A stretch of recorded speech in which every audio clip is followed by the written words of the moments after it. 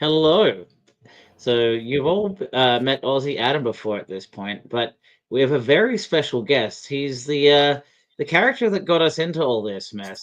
It's Adam's dad, Derek Degsy, or whatever name you want to give him. So a big follow Everton welcome to Derek out there from Perth, Thank you Australia. very much, Chris and Adam. Welcome. Thank you very Welcome, much. welcome. So you want to know, where does it all begin? Yeah, where did it all begin, Derek? Where did it all begin? Well, when I was only a little, probably, I don't know, maybe 8 years old, the Everton supporters would know an old player, Fred Pickering. It's the only one that I can remember. Now, that was Jeffrey. Jeffrey was my other cousin. You know, you've met some of my cousins. Well, this is another cousin, which is on my dad's side, right? Who actually lived in the same road as we did in Litherland many, many moons ago. So I think I was only possibly 7 or 8. And this is when Goodison Park, we were in the paddock where it was all terraced. And what you had was just little steps. And the only way I could see the field, the actual players, was if I was on Jeffrey, and that's my cousin. I had to be on his shoulder. Otherwise, all as I saw was a brick wall and legs walking along the touchline. That's all I could see. So you had to have a piggyback to see it, huh? Oh yeah. So that was the start. And yes, my other cousins on my mum's side, they're all across the road. So many, many years ago, I did have cross the road in my bedroom. But when Jeffrey took me to the game, and my dad told Jeffrey off because he thought we were just going to a local game, and it wasn't. It was Everton. And since then it's been blue all the way. So I'm now coming up to the, I'll tell you, 70 years old. So I would be following Everton since possibly when I was 8. So was that maybe 60 years? So about 60 years, which would make it, well, what, maybe 1965 is your first game. So, and then you would have gone to a few more games in the 70s, but that must have been the first match. So in the old paddock, was that, what side of the stadium was that? Was it the main? That was on the new side. That's on the main side. On the main stand side. Okay, so that's the old. So we used to go there with my cousin, and then whenever I could go to the game, we went there. Then over the years, then what happened was we were members of a sailing club, and within the sailing club, there was a very, very strong Everton supporter, and he used to pick me up where I used to live and then take me to the game. But we went around the best stadium that we were at would always be the Park End. Now, you wouldn't remember these guys, but the Park End, it used to be all wooden stadium. So whenever there was any action, all you could hear is the stomping, huh? And it was like a train. It was absolutely electric. It just sounded like a train coming. So whenever there was a chance of Everton scoring and we wanted to egg the players on, that's what you heard. But 50-odd thousand people doing it. Oh, that must have been wild. Because now it's all seated. If you stomp on cement, it doesn't have the same effect, does it? Not like the old wood. No. So when I went back over the years when the new stand came, it was different to what the old lady was back in the day. And the little toffee lady walking around with a little bag, she used to throw some toffees over, and I did get the odd one. Get the odd one. Oh, that's so fun. Because the old lady must have generated from the toffee lady, right? That's where the name generated? Yeah. And so she walked, she had a little hat on and all that sort of stuff. Yeah. But when I was at school, Chris, I was at school, right? The training ground used to be in Bellevue. Okay. So what our close friends in the sailing club, they lived back of Belfield. So when we went round there for tea, guess what I did? I was sitting on the fence with me rattle, with all me blue stuff and me scarf and everything, and then I used to watch them train, sitting on the fence, sitting on the fence till they moved to Finch. So they're the early days, and the team members that we used to love would be Gordon West in goal, and then Ray Wilson, Colin Harvey, Howard Kendall, Joe Royal, Johnny Morrissey. Later on in the day, we had Muggsy, Johnny Morrissey. Okay. So they were the old days. Alan Ball. Now, funny story with Alan Ball. He lived in Formby. You know Formby, the posh area. Yeah, the posh area, right there. It's a little bit north, yeah. Well, I used to deliver Alan Ball's paper. You know the paper that you drop off, your door. I delivered his that's paper. an echo. Okay, got it. Yeah. And then in Formby, one of our managers was Billy Bingham. Billy Bingham had a daughter in school, and I was trying to go with her, but it didn't work. You know, Derek, when you meet a lass, you don't ask her for tickets first. But so that was great. But going back to our friend from the sailing club again, he was a member of one of the clubs. Meaning the 500, I think it was the 500 club or the 400 club. So we went in the main stand then into the club and got treated. And we actually caught up with what was it? Mike Summerby's father. So Mike Summerby, Mike Summerby, who the bloody hell is he? Yeah. Some of these stories are epic, eh? Yeah, and the best part of these stories is it's before they were called box seats, Derek. Because now it's you go to the corporate box seats and this kind of thing. Because what I'm also really interested in, because of course you got us into this, you grew up and you went through in the 70s and 80s, watched these huge teams really successful, but also you've gotten to see a few different looks of Goodison. You've talked about the Paddock, the wood floors, and I think the last time you were there was a West Ham match. The one time Neil Mopé scored a goal, I think. So that was the last time you were mum, yeah. Yeah. So when we were buying tickets, and you went to obviously because we were in Australia, because we've emigrated. I said to my wife, well, we don't want to get tickets at Gladys Street because back in my days, you just wouldn't go and take your wife in Gladys Street. No, hell no, probably not. No, because it was like it was it was the real hard supporters. So I'd always tried to go in the stand or Bullen Road or wherever. But over the years, Chris, what I was really glad to see, and it's so nice, and it actually brings tears to my eyes, is seeing parents with their sons and their daughters going to the game. Yeah. And seeing that it wasn't as big back then, was it? No.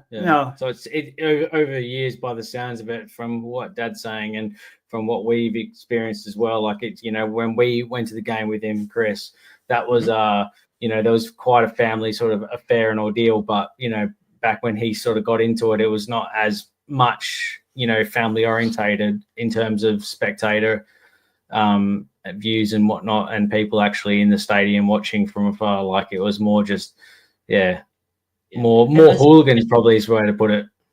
Yeah. And did you have to dress up for the football, Derek? Did you have to wear felt caps or dress up proper, or did you actually wear in the 70s? Did you wear an Everton top, or did you have to dress up? Yeah. Wasn't sure same as what you do today. But even to make the noise, we used to have like a wooden rattle.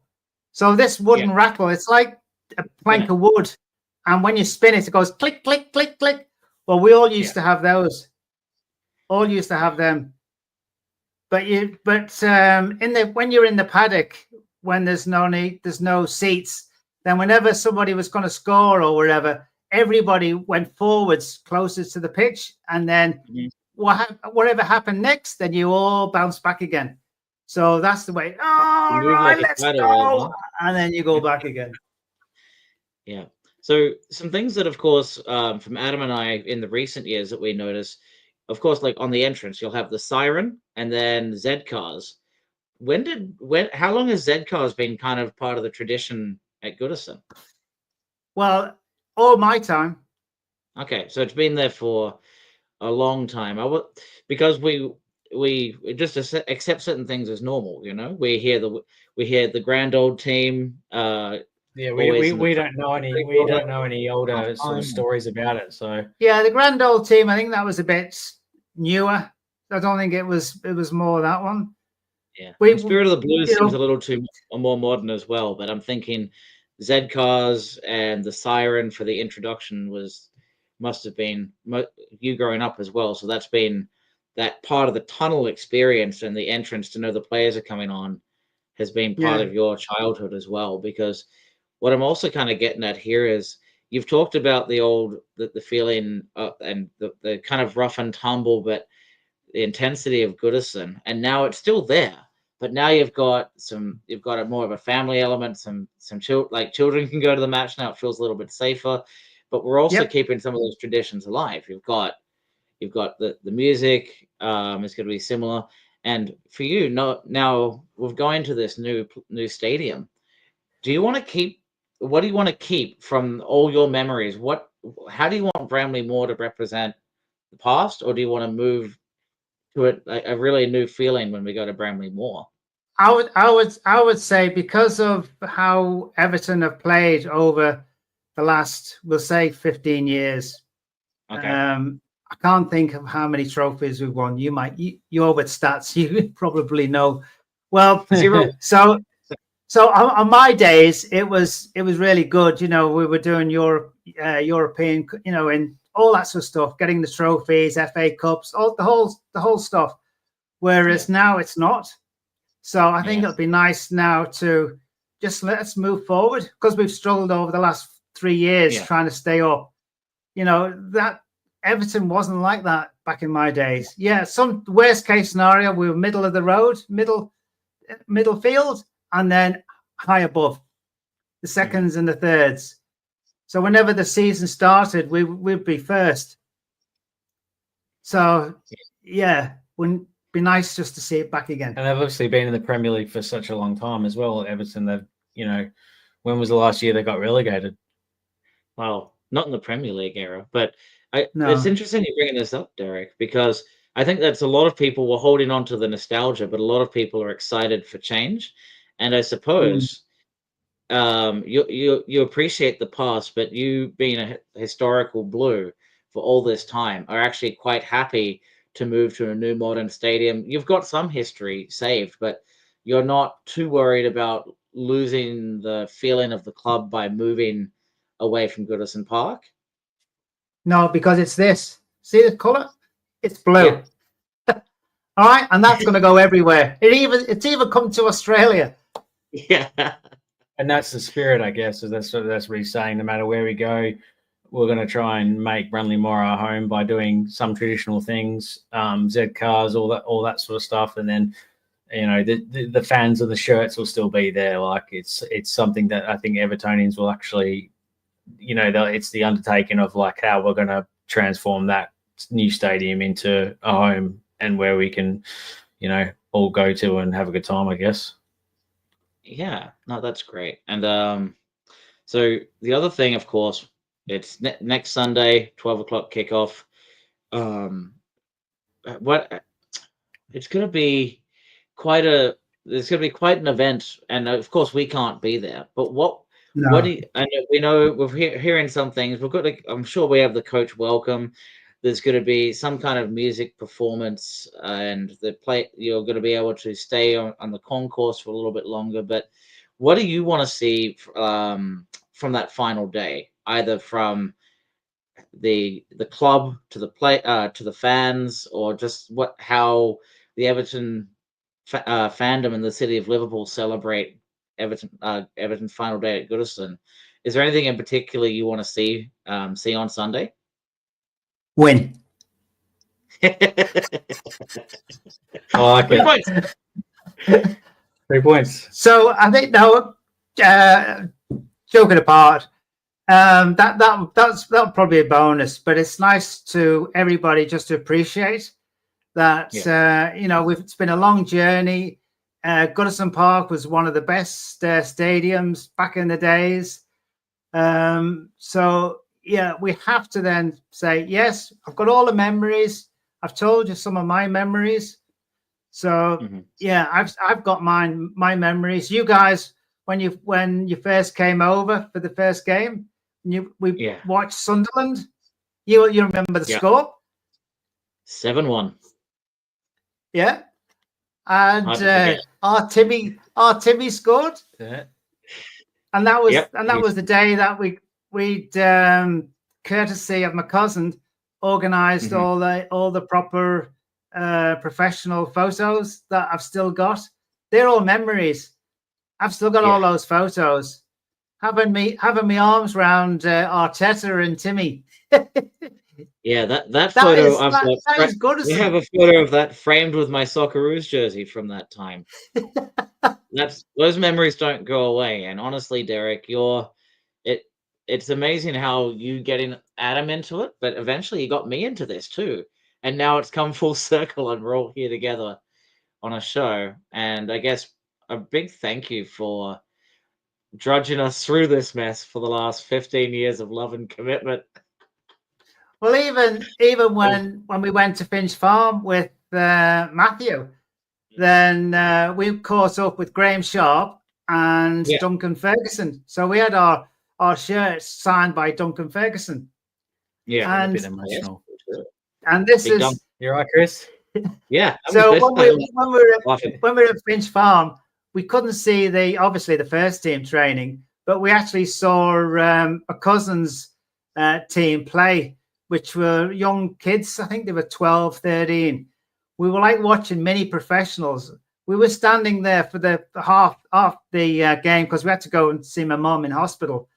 But we would have been there all, for the whole game. But we only watched half of it. We were never been so cold in my life. We had to put gloves on. We were freezing, but man, we really, really, really enjoyed it. This is Everton. This is Goodison.